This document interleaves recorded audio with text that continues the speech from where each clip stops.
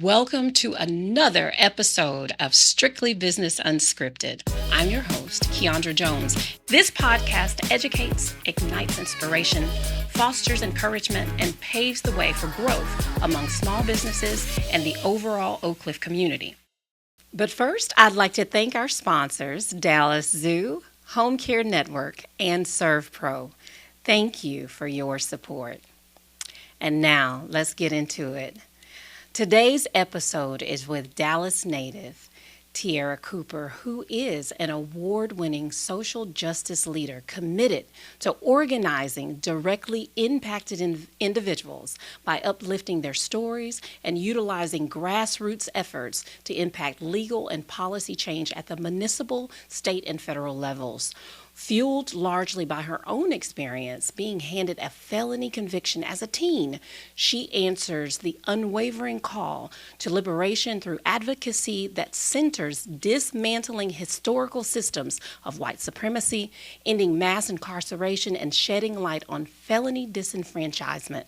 Okay, let's welcome Tiara Cooper, who is with In Defense of Black Lives and Rooted in Liberation. Good morning. Good morning. How are you? I'm well. Good. It's Good. hot. It's Texas, but I'm well. Yeah, it is very hot outside. It's triple digits right now, I believe. And it's is. still morning time.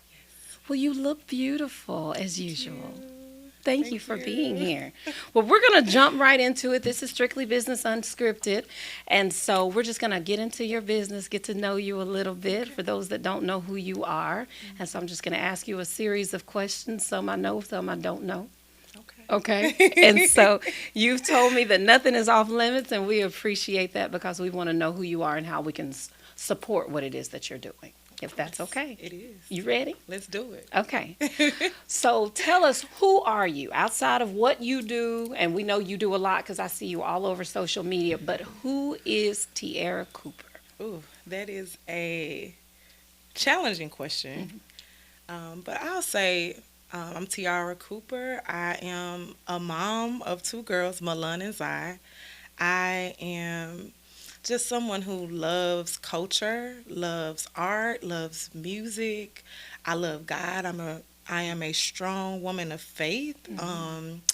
And what else? I like gardening. I love flowers, planting, all that type of things. And yeah, I'm a girl. If I had to describe myself, I'm a woman who, a little bit street and a lot of God and a lot of passion around social justice. Okay.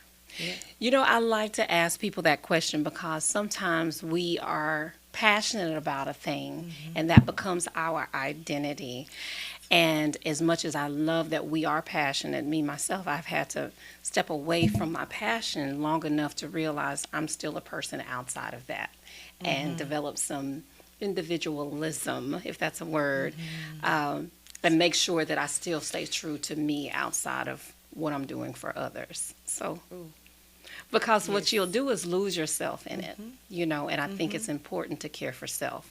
So we have to know who we are, how we can care for us before we can care for others. So that's why I asked that question. Yes. And burnout is so real. Yes, it is. Burnout is so real. And you find yourself, coming back to these places within yourself of like, who am I? These like identity crisis almost. And I've definitely experienced some of that where I had to rediscover myself and really come back to like ground myself within myself and like find these practices, but also like, what do I like to do for fun?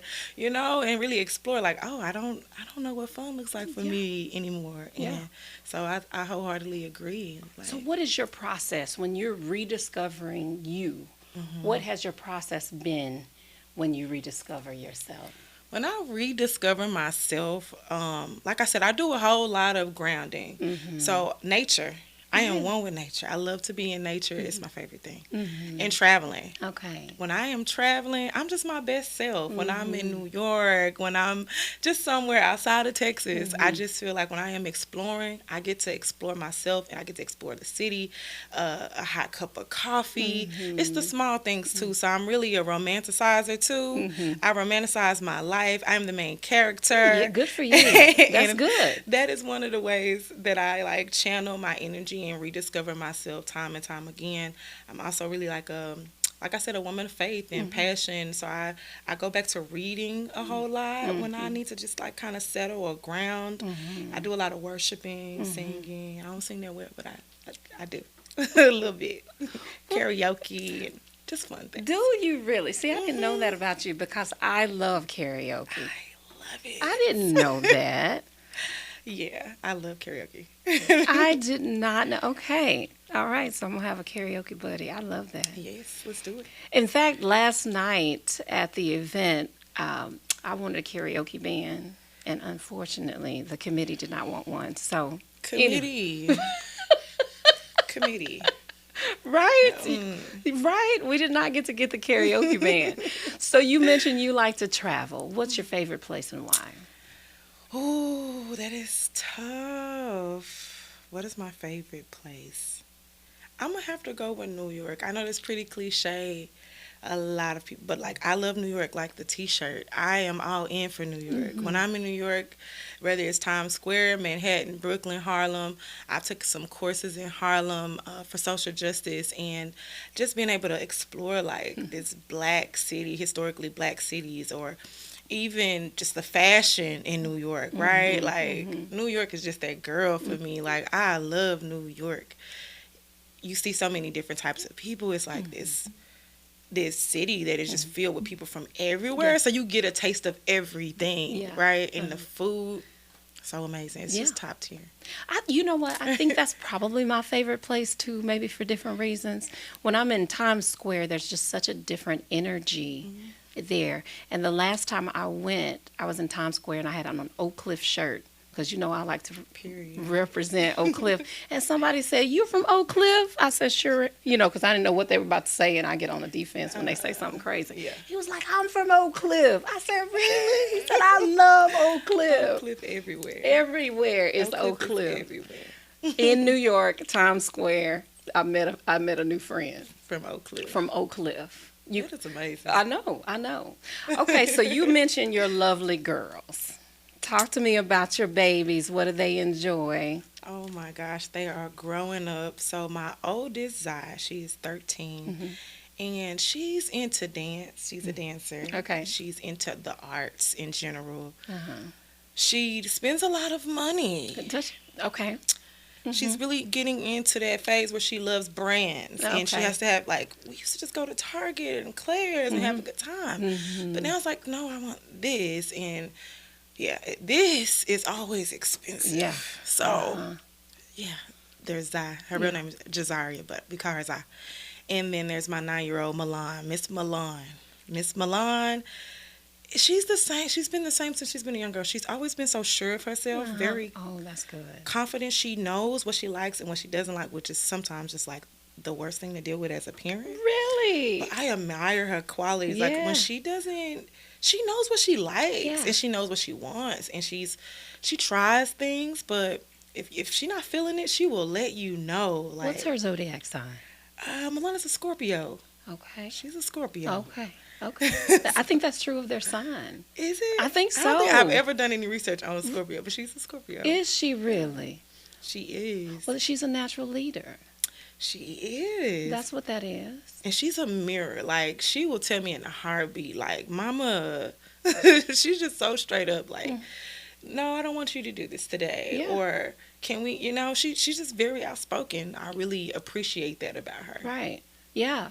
Those are qualities. I don't think you can teach those kinds of things. I think they come here like this, like that. Yeah. You know, and so encourage that, Mama. But I can see all over Facebook, you are a great mom. I see these little babies doing all the things, dancing and being active and everything. So kudos to you for being a phenomenal mother. Oh, I appreciate that so much. Absolutely. The most. We don't hear that enough. Yeah. You know, we don't. We do not hear that enough, so you can tell your girls are well cared for. They love on their mama, and you show it. So, kudos to you. Now, we can also see through your social media that you are passionate about what it is that you do. Yeah. Let's talk about those passions. Walk me through what created your passion for the work that you do. what created my passion? There's so many stories I could tell about why I got into the work that I do or why I do what I do. So that's really always challenging. But I'll start with the time that I possibly got out of jail. I was incarcerated at the age of 19 for cashing a check that I didn't have money in the bank for. And that is a crime, by the way, for the listeners. Okay. And I was 19 years old. Prior to that, I was on the honor roll. I was doing so well in school and just like really well-rounded. My mom passed away when I was 16, and I started to go through many challenges as a growing young woman. And within that time and season in my life, I found myself incarcerated. I found myself really reflecting, what's going on? What has changed? And what do you need? I've always been a dreamer. I've always been an organizer to a degree because I can make plans. I'm a really strong visionary. And it was when I was incarcerated that I really recognized like that gift within myself, that I was just like always making plans. And so with those plans, I knew what I was going to come home and do. And I was going to do whatever it took to be successful, to do something with my life, to reverse some of the harm that I had, done. And I wanted to contribute to the world, to my community, etc. And it was when I hit a roadblock. Those plans that I had developed and spent so much time with, within, when I came home, there was this wall almost, consistent rejection after rejection after rejection. And the rejection didn't come automatically. People loved my personality. They thought I would be great for their business, thought I would be just great for the job. I mean, I'm 20, 21 at the time, potentially, somewhere up in there. And I remember applying for a role at a popular coffee shop that we all might have gotten a cup of coffee from. And it was for a barista role, and they loved me. They was like, yes, we want you on the team. I was honest about everything, and I was on my way to my first day of orientation. And they said, you should be good. We submitted everything. You know, you have to go through background checks and all these things. And I'm using my last bus card. Shout out to Dart. And I was on TANF, and I was doing this program with the Texas workforce because, like I said, I was a hustler. I was going to figure out a way to not require these systems, but I needed them for a little bit of time to get up on my feet. And when I was on that bus, my last bus card, I got a call.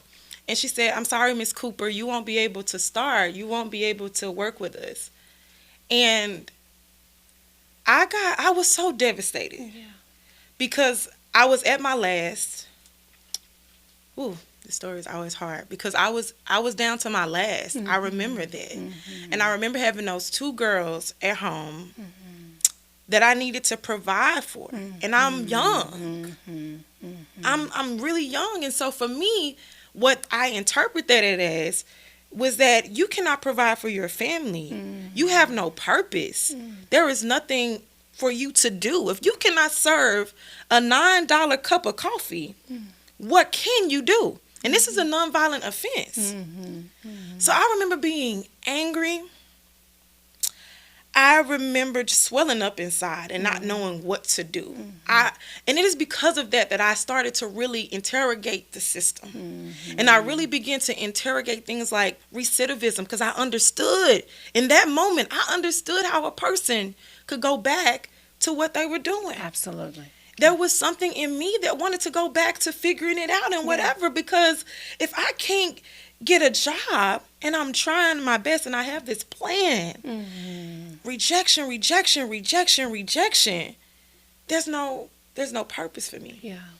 And I remember that being one of the darkest times in my life. But I remember praying. And I remember one of those prayers where like, you just feel like something's going to happen. You don't know how, but you know something's going to happen. So I go up to the workforce. Again, And I'm just like, this time I'm nonchalant. I'm just like, just sign my paper. Y'all not going to hire me anyway. I'm just here to get my hours. And I ran into a guy, David Villalobos, with Texas Organizing Project. And he says, can you read a script, ma'am? And I was just like, why should I read the script? Y'all not going to hire me. And he goes, can you read a script? And so I read the script. He said, you can start tomorrow. And I got my first opportunity in community organizing in the lowest form. I mean, I was canvassing and phone banking, but I developed a passion for speaking with people, and I started knocking those doors about candidates in my district who at the same time I'm getting political education. Sure. I had a level of political education, but I'm deepening my assessments. And every conversation, people would just like, they would light up with me. And I remember we started to push a bill. There was an immigration bill that we were working towards. And then there was bail reform.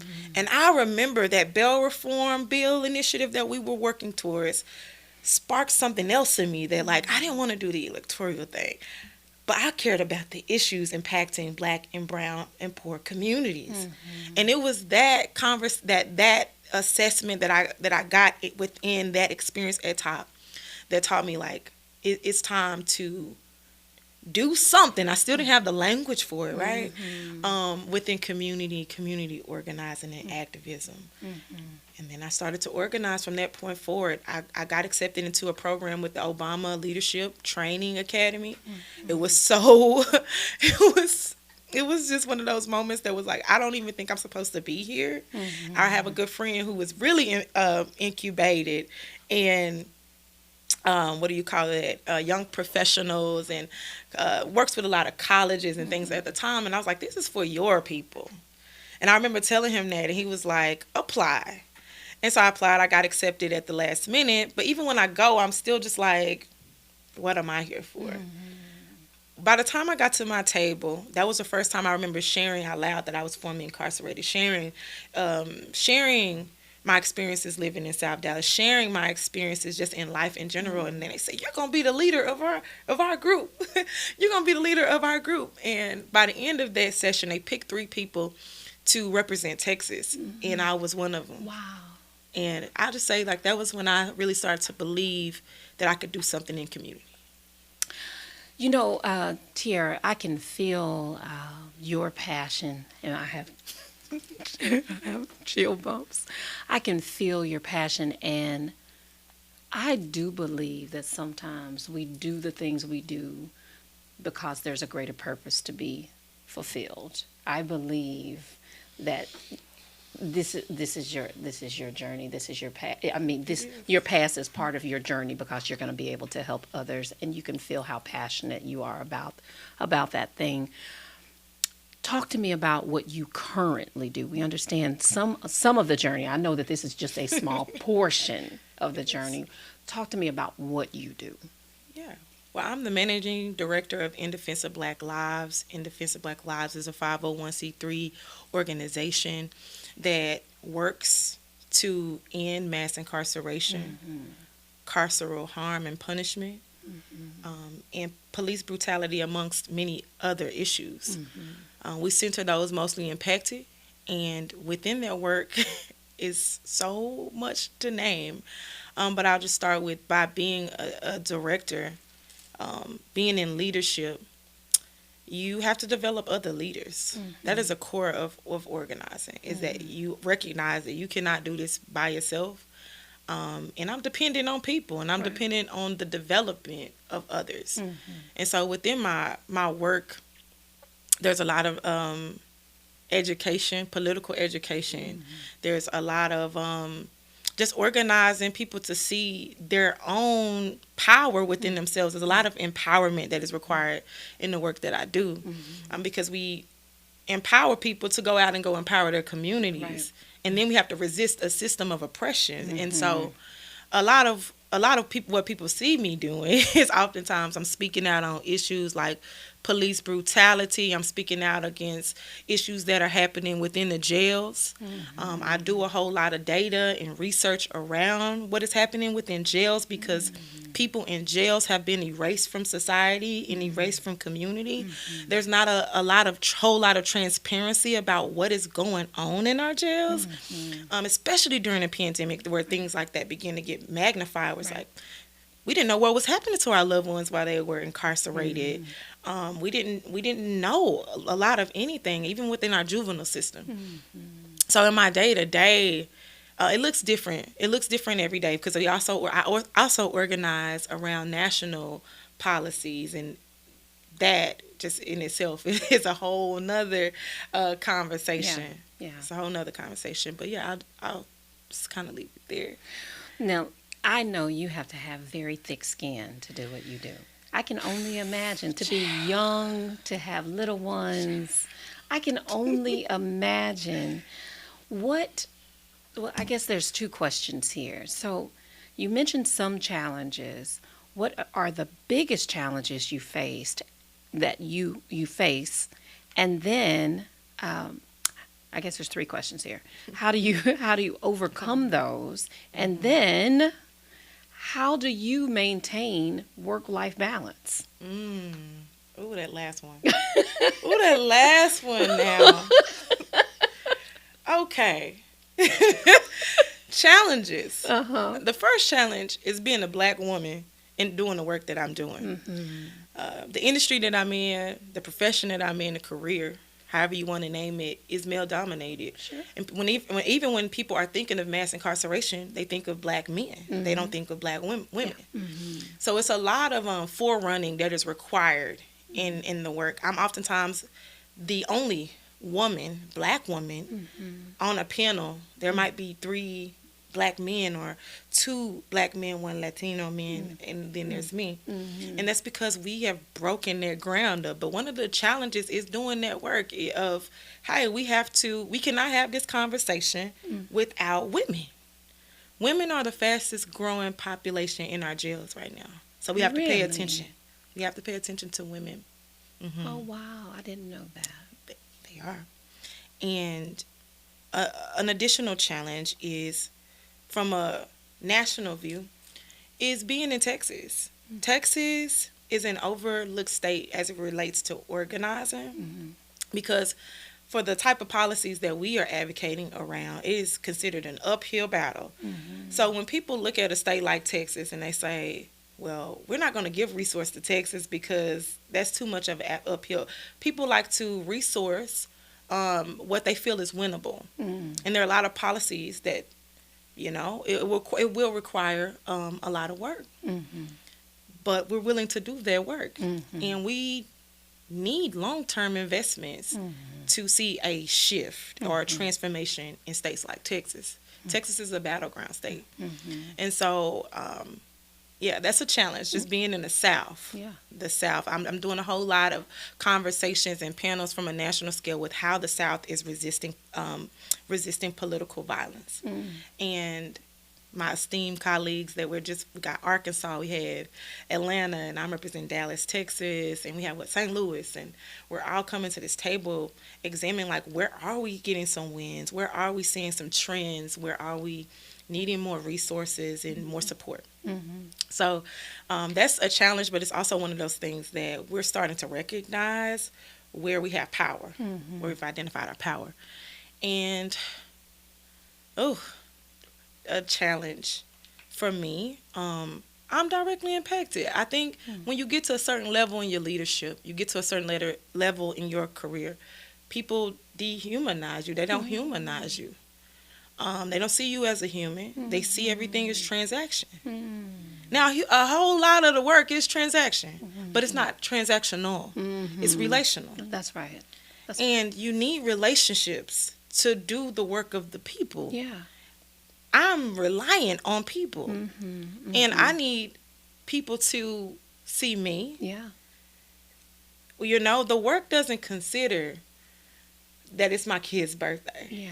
The work doesn't consider that there's a death in the family. Right. The work don't consider right. that there was a miscarriage. Yeah. The work doesn't consider real life. Right. And so one of the hugest, if that's a word, challenges that I experienced is that when you get to a certain level of leadership, people, the very people sometimes that you there to serve, don't humanize Oh, you. absolutely. I can relate to that. So that would be another core challenge. But some of the things, what was the second part? Like, what do I do? So, self-care. I guess work-life balance. Because Work-life when I balance. hear all of this, if I'm honest, my reaction to it is a little anxiety. Because having known you now for a few years, and knowing what I've gone through when I thrust myself into something, sometimes I forget me. I forget Keandra.